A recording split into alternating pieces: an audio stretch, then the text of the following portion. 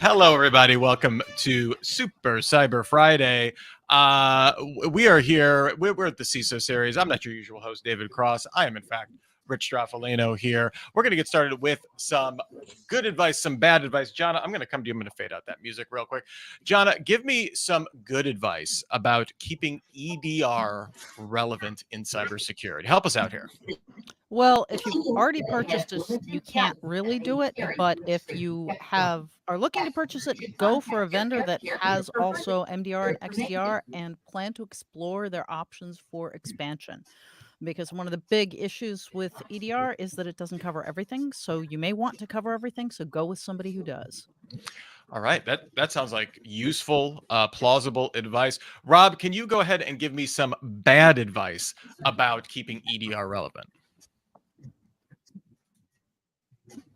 Yes, I would say if you're going to implement an EDR, just don't spend a lot of money on implementation and accept all the alerts and stuff out of the box without spending the time on actually customizing it for your organization. Ooh, all right. Nick, fun. I'm gonna have to, can you one up that? Give me some worse advice I think that's about pretty keeping good advice. EDR Can you relevant. hear me? Yeah. No, we're hearing you. You're good. So don't install it. Who needs it? Live on the edge. I mean, come on. Life is full of risks. Take them. They're fun. We don't need it. Screw EDR. What the heck is EDR anyway? I just use what the computer comes with. So I enjoy that the worst advice is just EDR nihilism. And really, if we can get people to that by the end of the show, we'll be doing our job here. All right. So today's topic, if you haven't guessed already, is hacking the death of EDR. It's an hour of critical thinking about the differences between bypassed and useless. And it's going to be a fun conversation. I'm looking forward to having everyone on and having a good time here.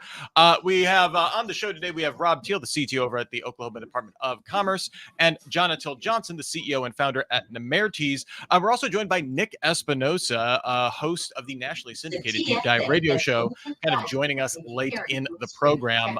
Fun times will be had by all.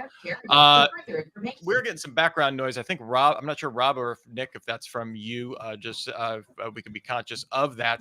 But much like some background noise, you can get involved in our chat room. I would love to see that light up as we go through this. I already see Darius Young and Connor Remsen, Michael Williams in there. So lots of fun people looking to have some fun. Get involved in that chat. Also, submit your 10% better. What comes after EDR? If EDR is not working, if it's dead or if it's dying, what is coming after? Help us out there. Maybe we can try and maybe we could spin up a startup here while we're here.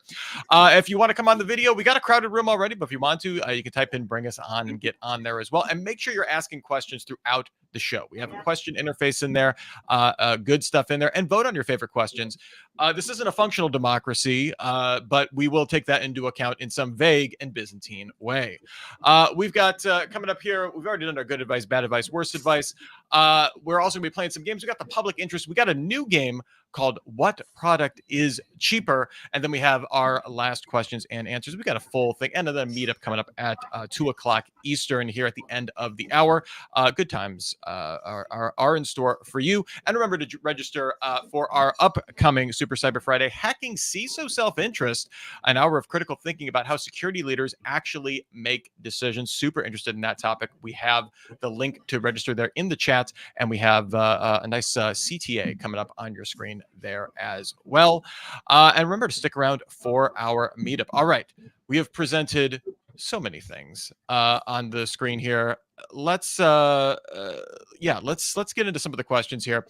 Let's just start out here by, I guess, thinking about why we're even talking about this in the first place, right? And I'm just curious, Rob, from your perspective, has credential theft and the abuse of legitimate tools really broken EDR? Is this a problem with implementation? Why are we seeing, it seems like every week, some sort of EDR bypass attack or methodology out there?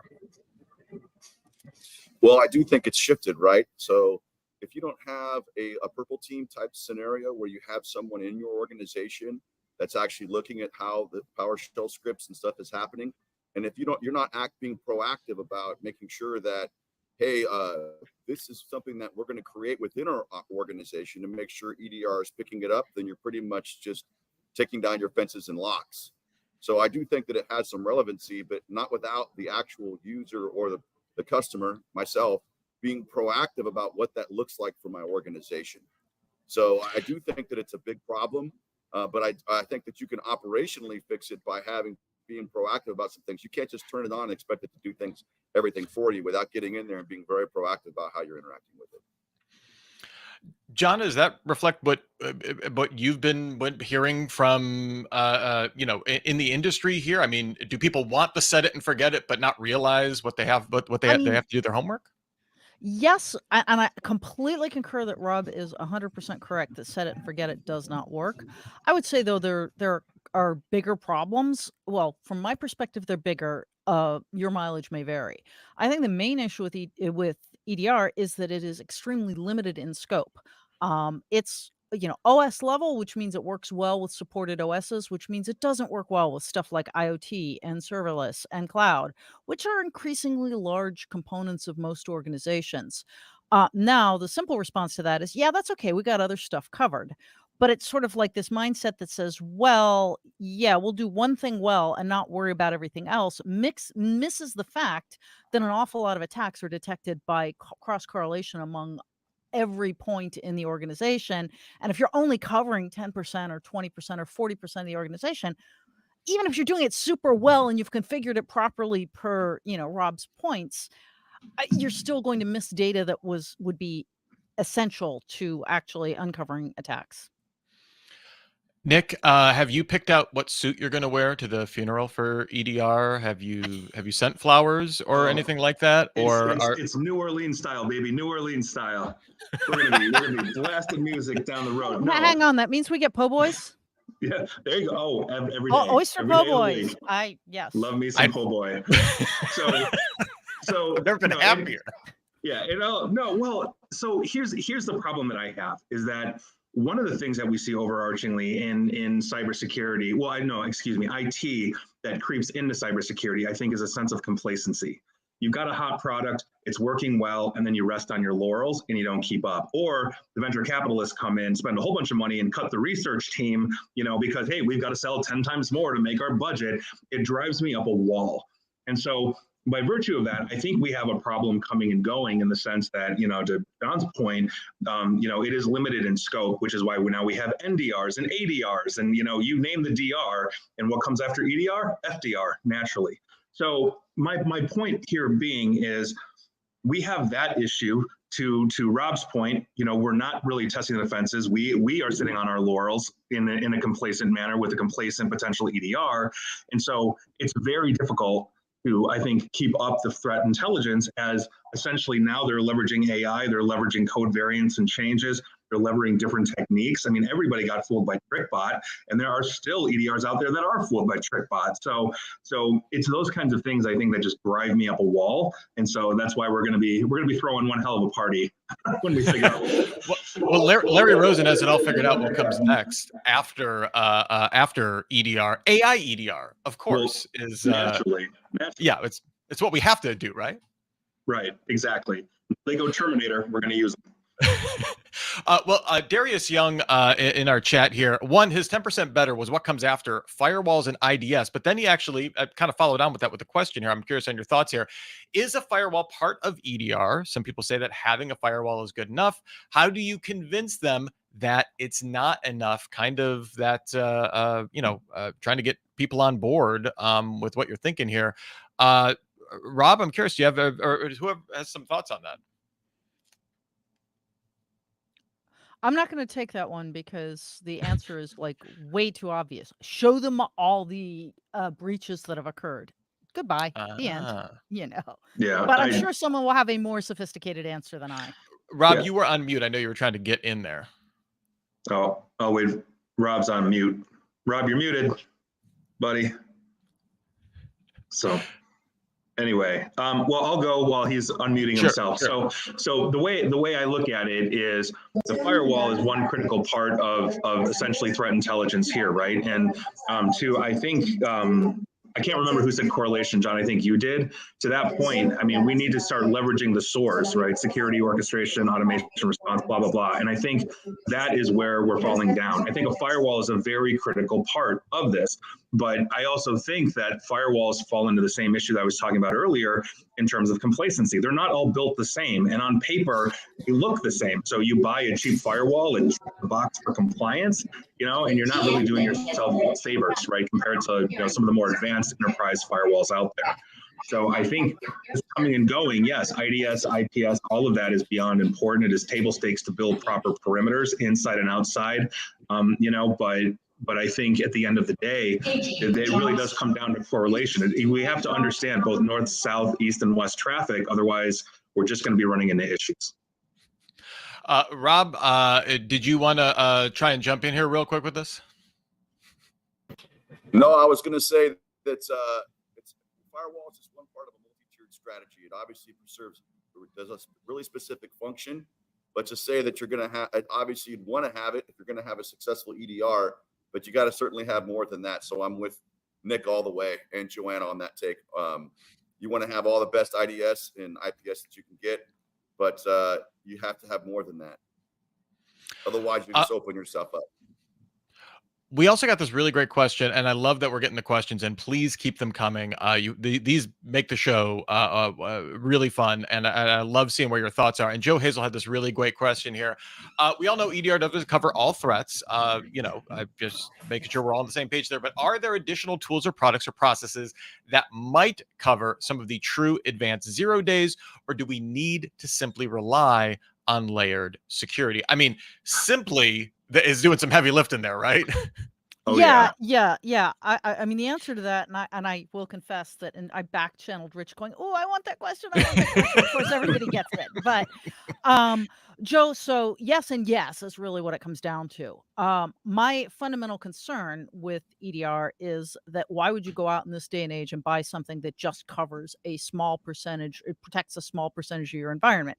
So answer number one is XDR. You need EDR that is no longer EDR, but is actually XDR and plugs into everything else in your environment. So anybody that's still using EDR and has not yet expanded to XDR, stop listening to this and go upgrade from your vendor. And if you're dealing with a vendor that doesn't help you upgrade, well, you know where to go.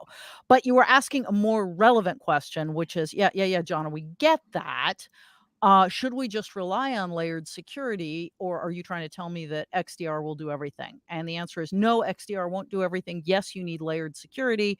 The old Swiss cheese model kind of applies. You know, no matter there's holes, but as long as there's some other tool that's defending against those holes, you're okay. Last but not least, I want to sort of reiterate this fact that EDR protects only one piece of the organization. And some people would say, well, that's okay, because that piece is really well protected.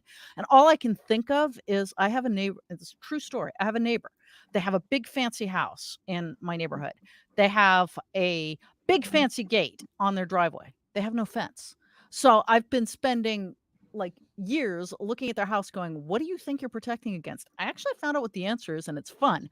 The guy actually works in cybersecurity in Washington, D.C., and I can't talk about it kind of role. Ooh. And the whole point is if you're coming to his house, he needs your photograph because they're keeping a record. So since very few people will walk the long distance of his driveway, basically that gate is serving the purpose of a control point, which is actually what firewalls do these days. Everything is wide open around them. So net, I'm okay if you're comfortable with the idea that you're protecting your driveway and taking pictures of visitors. But if you're thinking that EDR is actually some kind of fence around your house, it ain't. So yeah. So is it Chris Krebs? It's Chris Krebs, isn't it? No. It's actually not. And the fun thing is he is demographically not the person you would expect to be this, but when you look at him, he's got the telltale stooped shoulders and vacant eyes from having seen too much damage. Dick Cheney. It's Dick Cheney then. Okay. So my thought on this is there are products out there that supplement or augment EDR. So there are a lot of prevention models now that are being run on deep learning AI. I've seen a few coming out of Israel that the way they look at telemetry and threat intelligence and behavior on a system is unique to that. So a lot of EDRs, for example, will look at like the metadata output of the kernel. So when you open up a Word, for example, every time you open up Word, it opens the same way until it's infected, and then it opens up differently. And now so the prevention models are taking a different attack on this. And by virtue of that, the prevention models are also doing things oftentimes that some EDRs don't, which is isolate the system. In other words, it's shutting down internal and external network access, except, let's say, the route back to the central brain, if you will, that allows it to see the entire network. There's a lot of different products, I think, that are coming out there. But to the point previously here, all we're talking about right now is endpoint security, a basically defending a computer. So we have industrial, we've got ICS, IIoT, IoT. Somebody bought a printer when the Macarena was popular, and they're still, those things run till the wheels fall off. And so how are you defending that, from the network? Is it just regular segmentation and isolation to the correct port, or do you actually have threat intelligence in front of it to understand that not all print jobs are going to be necessarily good, if you will, or legitimate? So yeah, I think there's a lot that you can do with this. And that's to my earlier point of we're thwarting complacency by continuously adopting new and better products.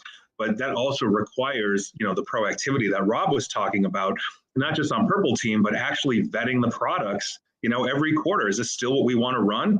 I've been running the same firewall for the last 10 years. Odds are you've been outclassed for about 5 years, right? So these are things that we need to really understand in the industry. Well, and I think this nicely, both of your points nicely kind of backed into the question that Freddie Alvarez had here. John, when you're talking about kind of the Swiss cheese kind of approach to this, right? In terms of everything kind of being able to coexist happily. And then, Nick, what you were asking essentially is, yes, they can exist happily, but you have to evaluate them.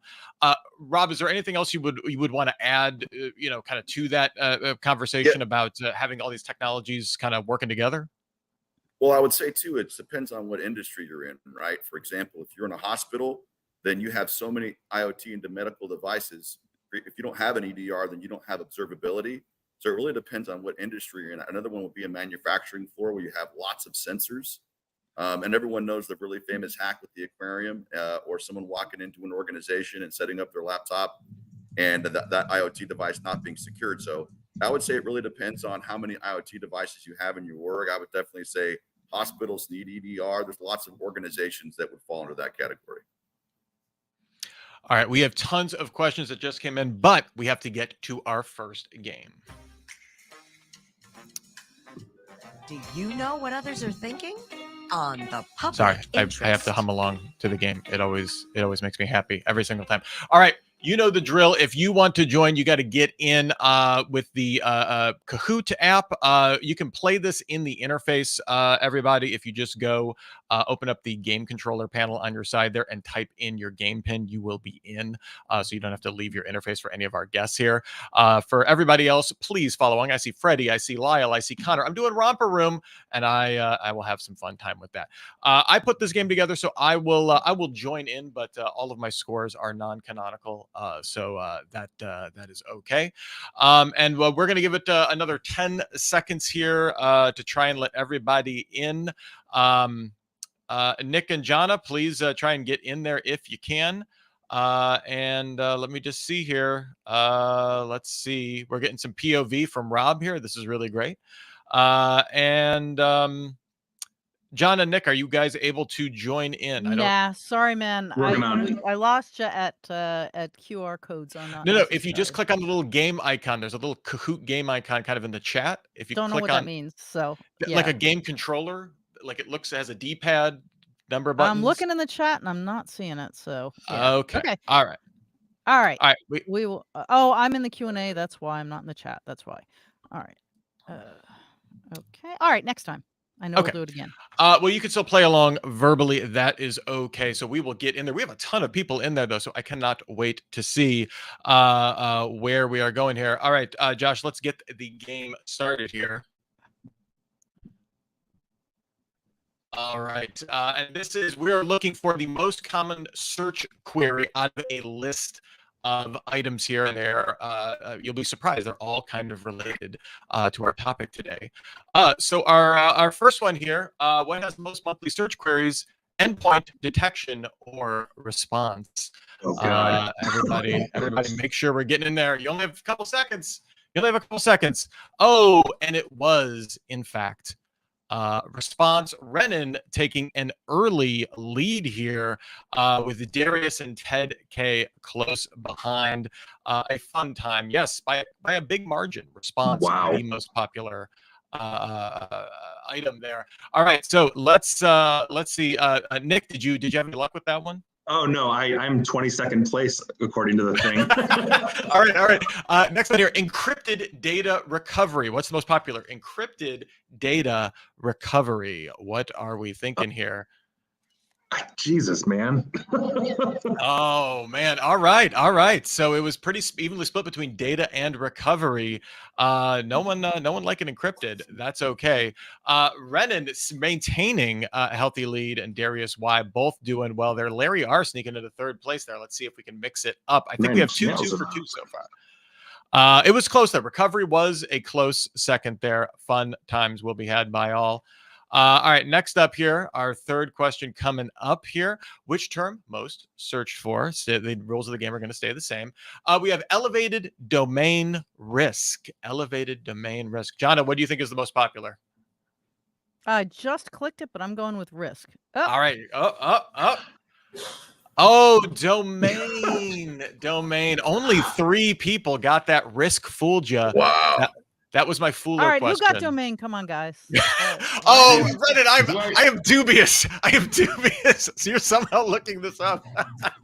I was going do to say I domain. have to do I have to turn in all my certifications now? Is this No. All right, let's see if Renan can go 4 for 4 here. Again, my it was a God. tight Wait one. till Renan goes and then pick what he picks. How does risk not win? All right. People are looking, think want to about all renew the uses domains. of domain. Last question here. All right, what do we got here? Our last EDR: errors, denial, regret. All of us. Jesus, Denial. it's like my dating history. All right. Oh, and we have errors. At least it wasn't regret. I feel like regret would make me very sad. Well, that's my pick, damn it. All right, did Renan go 4 for 4? Nick, did you? How did you get any? I have to turn in my nerd card, man. This is not good. I did You and not me do both. good. Well, Oh, I think that the trick is that the answers are broader than nerds, so you have to kind of quickly Yes. think which well, ones. I picked regret. You know. Yeah, so did I. The time pressure puts you under the gun too. You can't kind of think Yeah. about that. All right, do we have a All right. winner? Josh, do we have So- a winner? In third place, we had Lyle, a stout effort. Well done. Darius, we Nice. always love seeing Darius in the chat. And I think a 4 for 4 for Renan. Wow. We need to check this. Send him some swag. He may be. We just need to make sure Chauncey Billups didn't talk to him before the match here. So we just need to make sure everything's on the up and up here.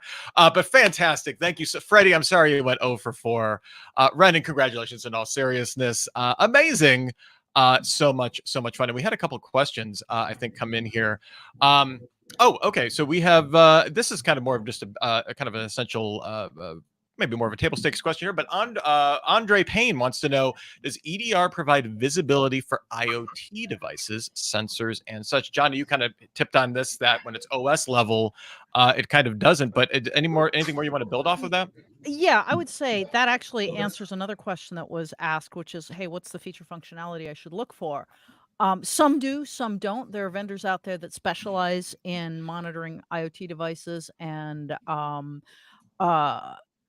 what is it? IOM devices, Internet of Medical Devices. So basically, if that matters to you, like Rob was saying, it might. That's definitely a selection criterion. The typical off-the-shelf IT-centric do not. Yeah, and I would add to that to say that this is also why a lot of organizations are running NDR, network detection response. So basically, you're monitoring the traffic flow at the switch level more than the endpoint itself. But that is, I think, one of the biggest issues we have, and we've also seen a cottage industry grow up around internal segregation for flow control specifically for that. You can buy hardware products. You don't have to reprogram 800 core switches. You plug these in and it'll start segregating the network for you. So then you can start integrating threat detection at the firewall or perimeter level as well. And a lot of firewall makers are really taking that to task now, especially at the enterprise level. So good stuff. Yeah, you're going to want to go with passive scanning, have a passive instead of an agentless model for organizations that have all those medical devices. That's the big trend now is most of those organizations have a passive scanner turned on. So anything that gets near, they detect it. And then they have it segregated exactly like you say, Nick, on, hey, this is a medical device. This is someone just walking into the hospital that's there with their family that turned something on. And so those passive is way better than having an agent-based model, which is traditionally like, hey, give me all your computers and printers and other IT type things.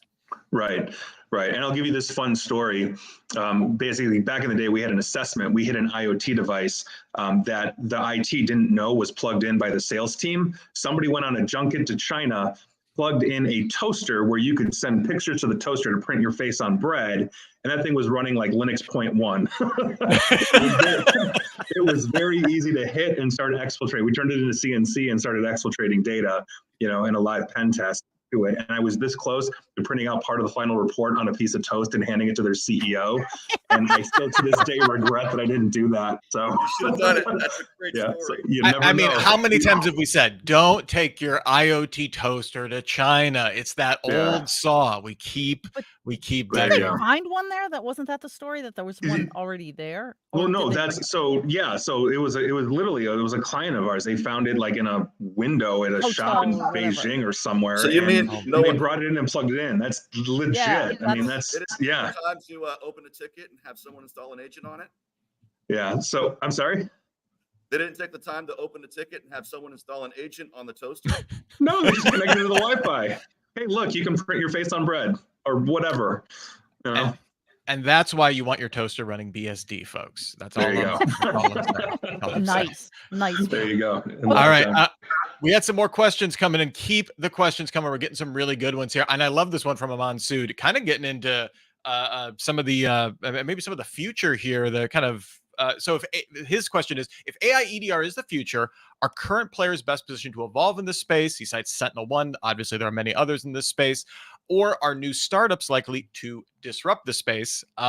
Particularly, always a relevant question, but I think with EDR and kind of evolving with AI capabilities, certainly valuable. Rob, I'm curious from your perspective, what have you?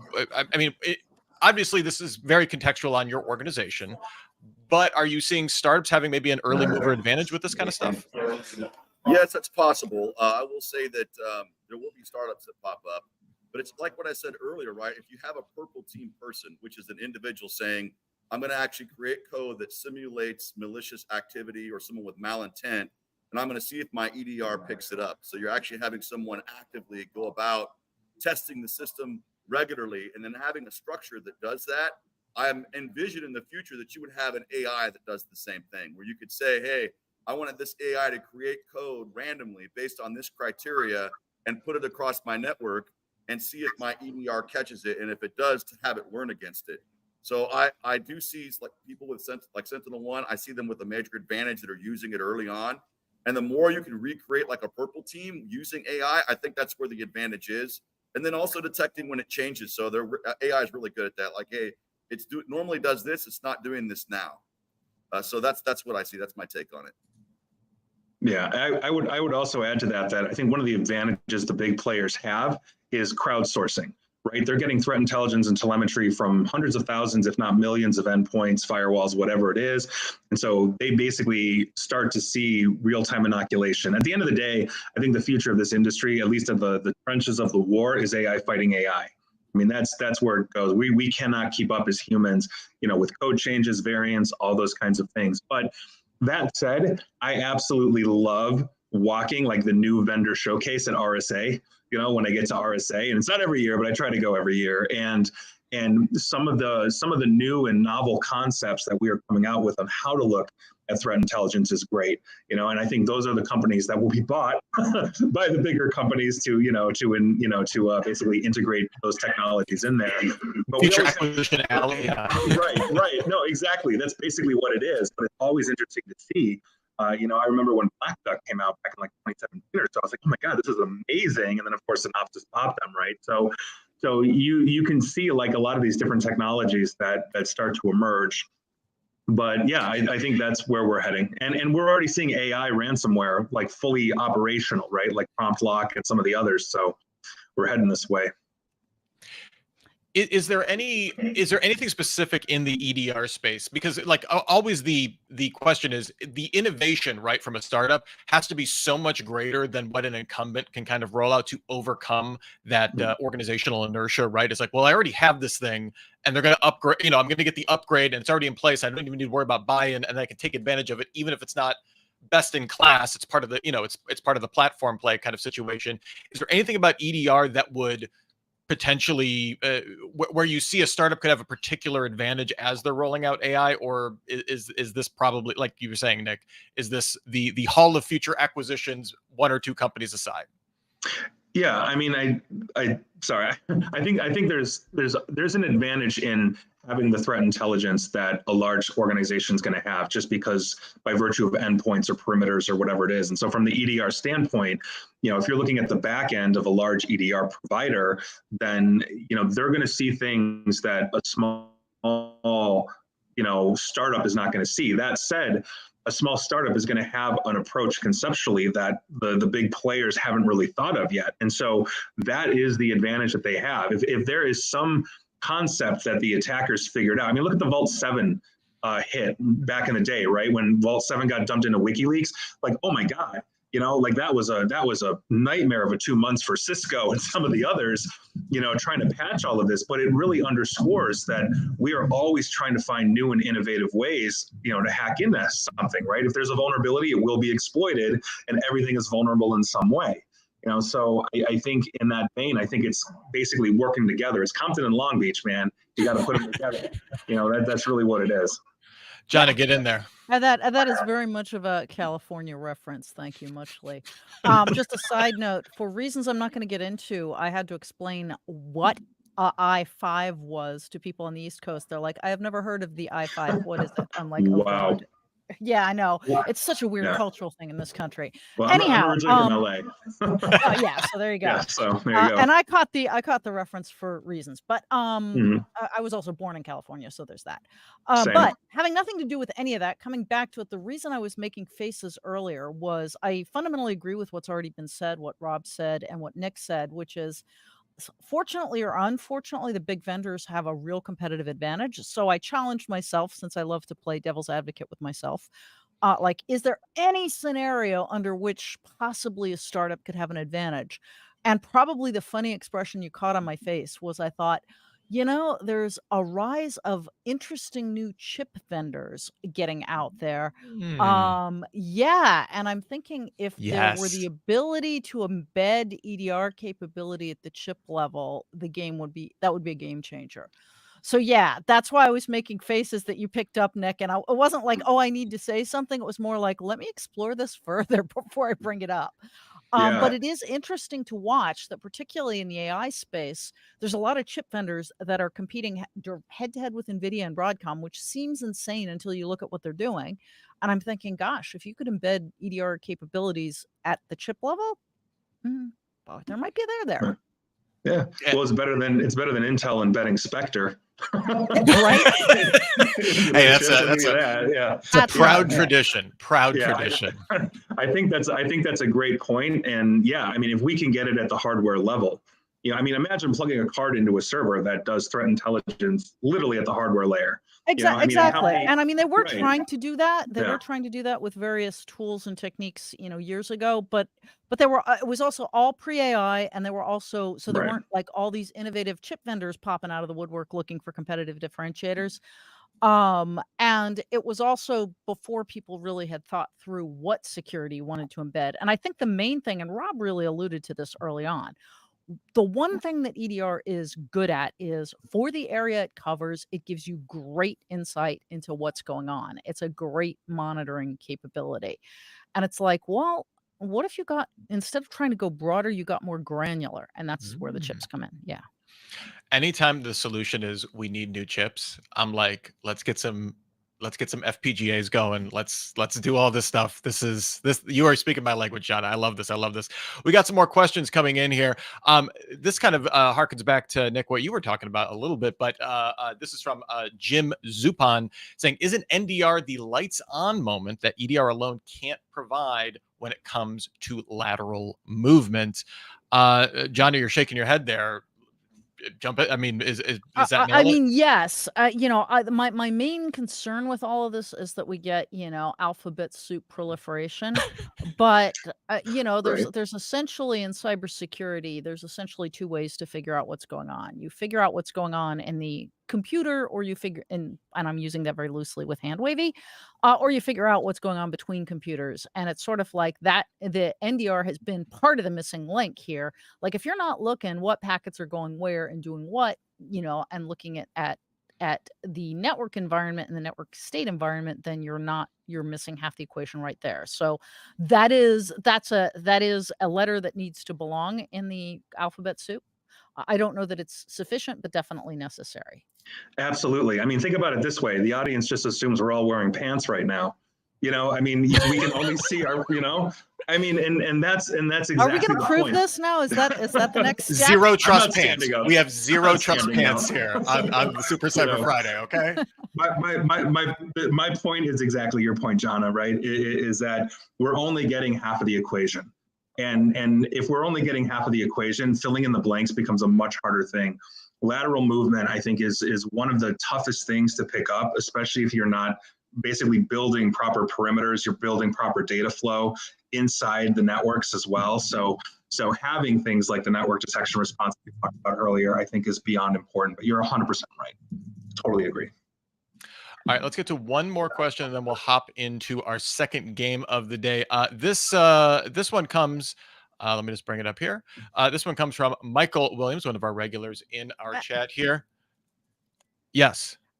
And I actually did answer that a couple times. Michael, maybe weigh in on chat if I got to where you wanted, or you were like, nah, that's not even, you're not addressing my question.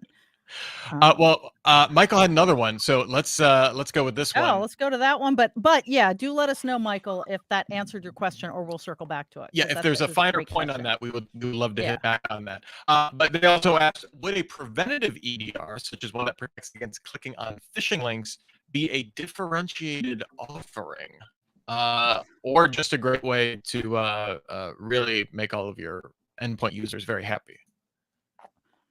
Well, I think it might make them very unhappy, because that's part of the problem is, how do you know what's phishing without like an enormous amount of insight, and then you're constantly having to train the damn thing like, no, really, this is a link I'm supposed to.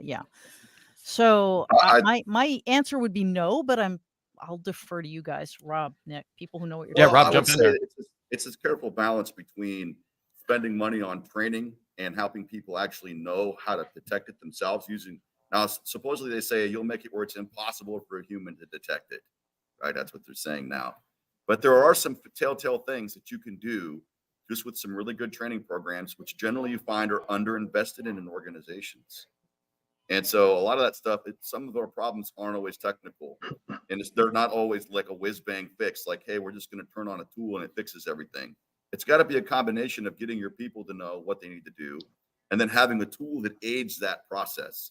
So I do think there'll probably be better tools that come out, but nothing can replace a really, really good cybersecurity training program where you have people that regularly do it however they have to certify to make sure they understand what the latest threat is. And there's several vendors out there that provide that type of training. And so I would say, if I had a choice in my organization to have a tool that I just clicked and it fixed everything, I would always make sure that it was heavily balanced with a very strong training program.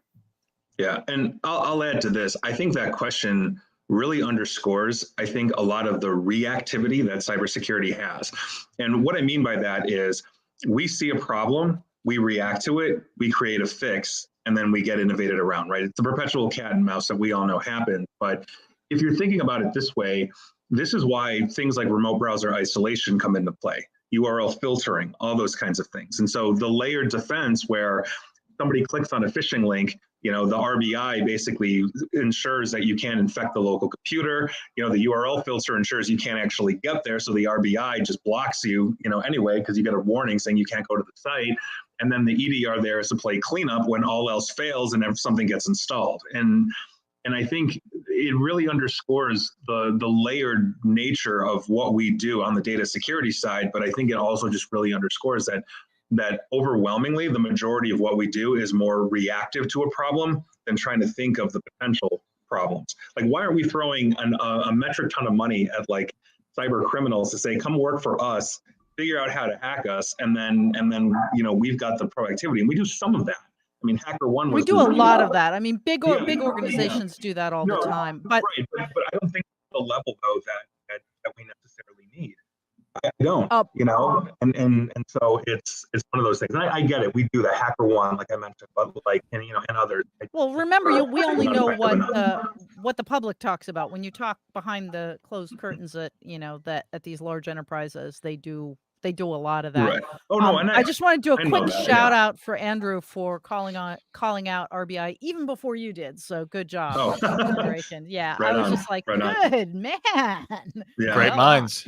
Good. I didn't even see that. Yeah. It was in the chat. I was kind of hanging out with gotcha. questions and then nipped over to the chat to see what was going on. Andrew Aiken, one of our great minds in our chat. Also, Renan, one of our great game players. Easy for me to say, and they will need to be another great game player because we're moving on to our second game. I'm going to try and make more mushmouth through the next segue here. So we have another game. This is a brand new game that we're playing with the CISO series here. So here you can bring up and punch in your pin to Kahoot. It's a little game we like to call What's Cheaper? Cybersecurity Edition. All you got to do, select the thing you think is cheaper. There's just two options. You got a 50-50 shot. We'll see how it goes. I believe there are 5 questions. I prepared it and I've already forgot, but it should be a fun time. So let's get everybody in there. We had a huge crowd last time. So everybody get in there if you can. I see Renan in there. Red is gunning. I know. I saw Renan early. I'm like, I'm quitting now. I know. And the odds are better. The odds are better. So speed will be Speed will be the name of the game here. We'll give it 5 more seconds for everybody to jump in. 5, 4, 3. Oh, wait, I got to get in 2. And I will say 1. And all right, let's get the game started here. Hey, Rich, jumping in there. Nice to see you, Rich. All right, so it's a very fun. What is cheaper?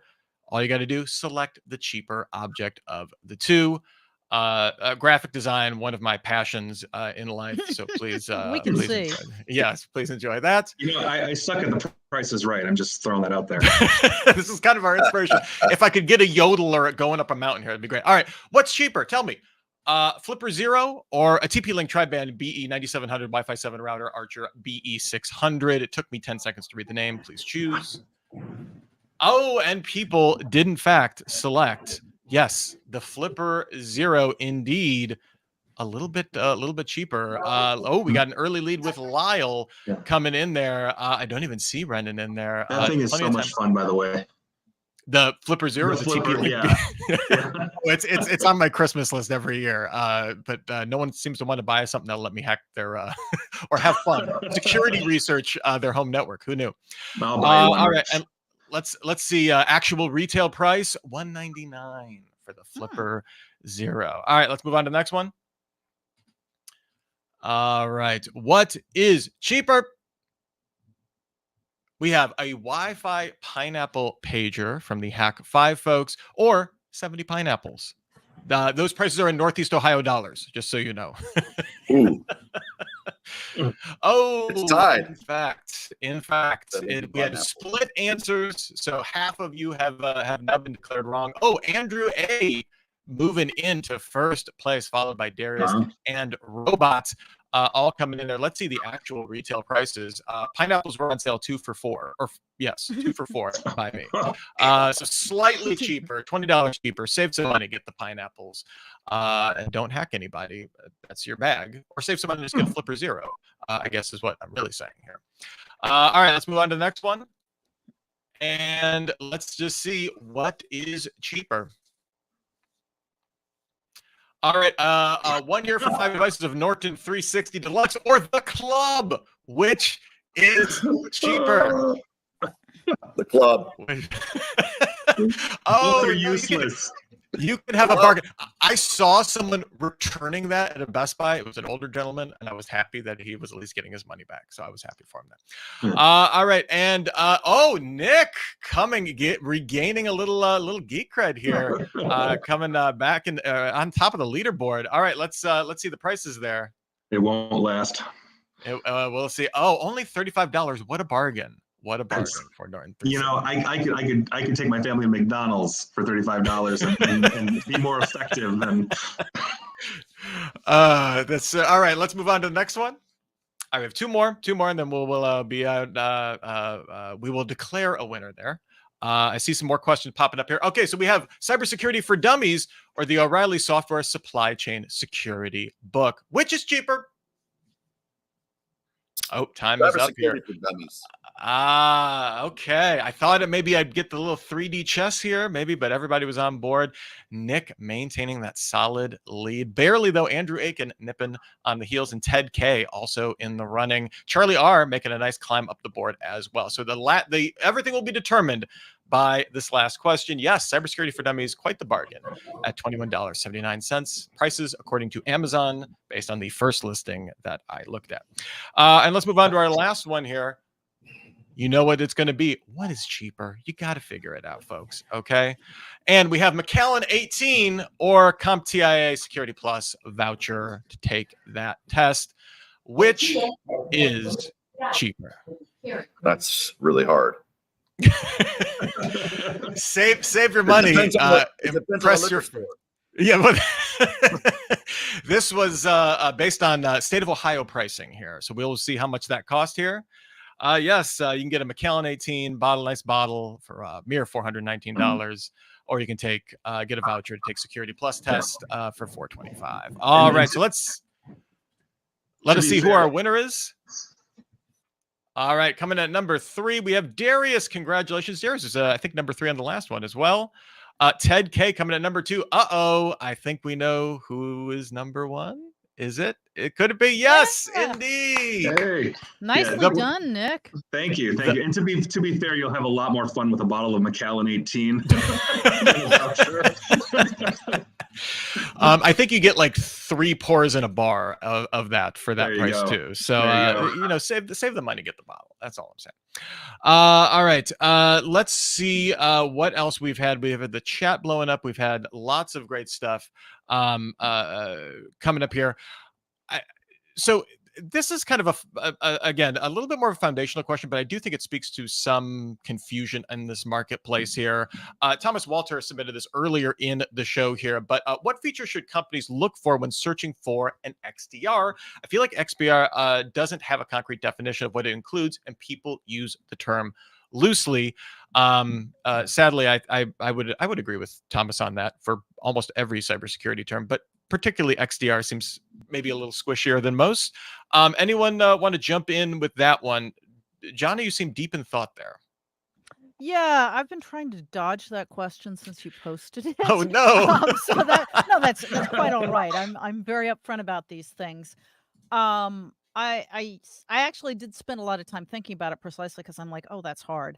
I think probably the number one thing, and this gets back to my emphasis on knowing what you are and aren't, what you are and aren't protecting, is what devices or network components or cloud components or IoT devices will it actually protect, and what is out of scope. So thing number one to know is, does it cover the stuff I'm getting it to cover? Because if it doesn't, then get something else or a different one. The second thing, I think the second big selection criterion that I would look for, and I always encourage people when they're making cybersecurity decisions, is look at what it integrates with and make sure there is a Venn diagram 100% overlap between that and what you either currently have installed or plan to have installed in the next 18 to 24 months. So basically, does it cover the stuff you need to cover? is it integrating with the systems you've already got or plan to have because they're your strategic direction? And that's as far as I got when you called me on the mat. All right. Yeah. We've got about 10 more minutes left in the stream here. Thanks to everybody helping make the show a ton of fun. Chat has been a blast to see. Some great questions coming in here. Before we get out of here, I guess, the subject of today was the death of EDR. Obviously, we've dealt with some of the issues and challenges of EDR, kind of leading into complementary solutions. Nick, just based on this conversation, what's one thing we haven't hit on yet that I think that needs to be talked about when we're talking about either fundamental problems with EDR, moving past it? Like, what's on your mind when this subject comes up here? Yeah, I mean, I kind of alluded to this before. Also, just real quick to bolster the XDR question, I'm actually glad that XDR is kind of a more subjective definition based on need, because every organization is a fingerprint, right? It's unique. If I have 100 users, for example, and they're all remote on laptops, my XDR solution looks vastly different than if I have an actual traditional perimeter in an office, et cetera, et cetera. So I think that flexibility lends itself to exactly what John is saying, which is it's kind of a choose your own adventure. Just make sure you're covering all your bases, right? And so I think that's what that's for. And I also think that dovetails kind of into what basically the death of EDR looks like, which I think is ultimately complacency, in the sense that there's going to be a certain limitation on any type of technology that we have, right? Essentially, whether we're programming it or building it or whatever, we have frameworks that we are basically putting around it. And the job of the attacker, the job of the red team as well, is basically to figure out how to get around that box, how to get around that framework. And at some point, EDRs are not going to be what we go to, in the same way that we no longer use traditional signature-based antivirus if we know what we're doing. It's why we don't important, but it's cheaper than the other thing, right? So the point there is that if I'm looking at this longitudinally, it's going to be out innovated.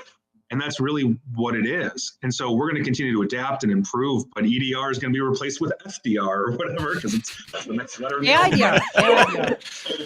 Right, but that's the point. Right? AI is going to fundamentally change that game, and at the point, AI is going to learn and enhance itself in some way, and that's going to change the traditional AI game, right? So here we are. It's just a constant moving forward, and that's never going to stop in technology. You could say we need a new deal for detection and response. There you go. Thank you, FDR, folks. got it. Let me just put my on the nose right there. Rob, kind of same question for you here in terms of what haven't we talked about with, like, what are some of the more of the nuances here in this discussion that we haven't hit on yet? Well, I think we've talked about a lot of technical things which are really important in the overall scheme, but it's also interesting in how we actually approach the problem. I kind of see it as, if everyone would agree that sports has changed over the last 15 years. Like if you're to look at the way they ran offense in the NFL or college 15 years ago, it's very different than what's happening today. Pick your sport: basketball, hockey, right? And so as a leader, right, the idea is that you have to be agile enough to adjust. And I don't think EDR is necessarily dead per se. I do think that it's changing, and that you have to be willing to adjust to win. And that means that and guess what? Week over week, or even quarter over quarter, you're not playing the same team. The same team is presenting you, the team you're playing against is presenting you with a different set of, I'm trying to run this offense on you. And so you try to match that with defense. So it's really, even though you can stack up all the technical tools on a list, you really have to sit down and be strategic about what you're doing operationally, and then have a plan that you're willing to be agile with. Because Nick and John have nailed it, right? It's all about agility and avoiding complacency.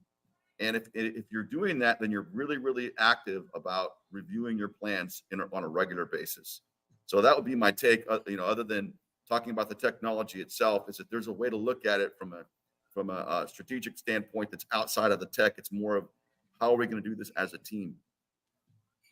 I like that. Yeah, that's the kind of the willingness component, right? Like to build that into your organization. Probably doesn't get talked about enough. Jonna, for you, what is the nuance here that we want to make sure we're not leaving out in this conversation? Zero trust. We haven't talked about it. We should have. I don't mean we really should have. That's not criticism. But if you finish the entire conversation and haven't asked yourself, where does EDR fit into zero trust, you failed. And so therefore we have not failed. Well, Yay. that logic doesn't quite hold, but you get the idea. Nice save. It's Nice save, not, Coach. yes. It's not commutative, but the main point is that zero trust is forcing a reevaluation of the way we look at security. So just like Rob was saying, it's a lot of it has to do with how you react to security and how you think about it. It also means that you really need to reevaluate not just what tools you're using, but what classes of tools you even need. And many years ago, my company built kind of a game that we sort of sometimes called Product Tetris, because it was sort of the challenge is, how do you minimize the number of products you have that cover all of the functions that you need? And as you move to zero trust, it's an excellent time to rationalize your security portfolio against your zero trust efforts. Ooh, I like that. I like that. Mhm. We probably have time for one more question if anybody wants to try and get one in, but I'll just kind of leave on this.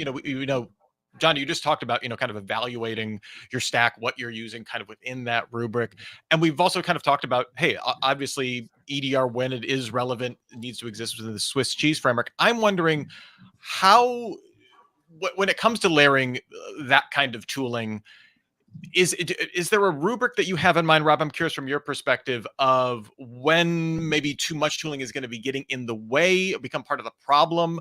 Maybe is it too much signal or too much complexity or something like that? Rather than helping. When are we? Is there any way to kind of conceptualize or start to question? Are we trying to do? We do have too much tooling here. Well, a good sample of that is how you're dealing with alerts. You can have many alerts. You can have so many alerts coming in that it looks like you need to hire 15 more people when actually you just need to go in and get your alerts to be right. And that takes a lot of teamwork across your organization to sit down and say, let's look at what alerts are good and what alerts are not good. And let's go ahead and make sure that we've got ourselves covered from every angle. So I would actually start with that. What are we actually interested in knowing? Observability. And then the fact you'll get a lot happier workforce too when they're not having to do with fake alerts. I mean, it's like getting taken to the UFC ring if you're a security professional. It's like every day I'm just getting crap kicked out of me by alerts. Yeah. And then you end up wasting your time, and people lose motivation. The morale of your organization goes down culturally, because then it feels like the engineers are being asked over and over again to do things that are just wasting their time. Yeah. I think to that point, that's 100% correct. Cutting through the noise and getting to what the actual intelligence you need is, and training a good artificial intelligence, I think, really helps with that. I mean, that, because nobody wants to sit there and read logs. Nobody's going to take that job if they know that's coming, right? So let the AI do it and do it effectively.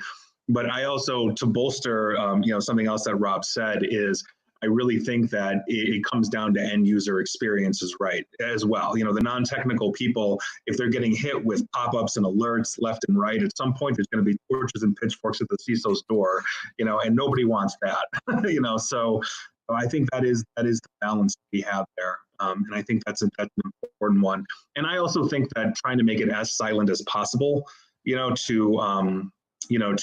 the end users is important as well. We can nudge them in the right way. We can, ensure that if we're seeing the alerts, the worst they could possibly see is a block saying, hey, you can't go, to this website, for whatever reason, as opposed to just in your face. And we've seen cases, especially back in the day, where they have access to the control panel, and we ask them, why did you uninstall the antivirus, from your computer? And the answer is half the time, well, it was popping up all the time. It was driving me up a wall. So I uninstalled it so it would go away. I have things to do, so understand that is a very real possibility. Shadow IT is an absolute, disaster for most organizations. So, here we are. I love that idea of the alert as kind of the canary in the tooling coal mine, right? To that is awesome. What Yeah. I love that as a tip to kind of get us out of here. Unfortunately, we're just about out of time here. I've got a few minutes left, so before we get to our meetup is going to be happening right at 2:00. As soon as we are done here, stay in this interface. We will be going to the meetup so you can talk with everybody here. We can meet you guys. Always a thrill to be able to do that. Just a quick reminder that coming up on the Week in Review show, it is our last Week in Review show. We are moving to the Department of No coming up. That's going to be on Mondays at 4. This is our last Friday Week in Review show. We're going to have David Cross, the CISO of Atlassian, and Montez Fitzpatrick, CISO at Navis, two of my favorite people to talk to. I'm thrilled to be having them on. So join us at 3:30 Eastern for the last Week in Review. Say hi. You won't regret it. I promise. Then, like I said, we have our meetup breakout rooms. We'll start as soon as we close out this show. Stay in the interface. You don't have to go anywhere. It is awesome.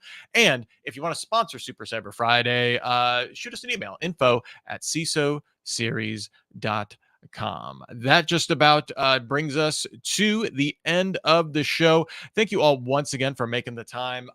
Nick, Jana, and Rob, thank you so much for taking the time, being here, dropping some insight. It was a fun time. We will see you all back here next week for our Super Cyber Friday, all about hacking CISO self-interest. So make sure you join us next week as well. But Josh, that's just about it for the show. Why don't you take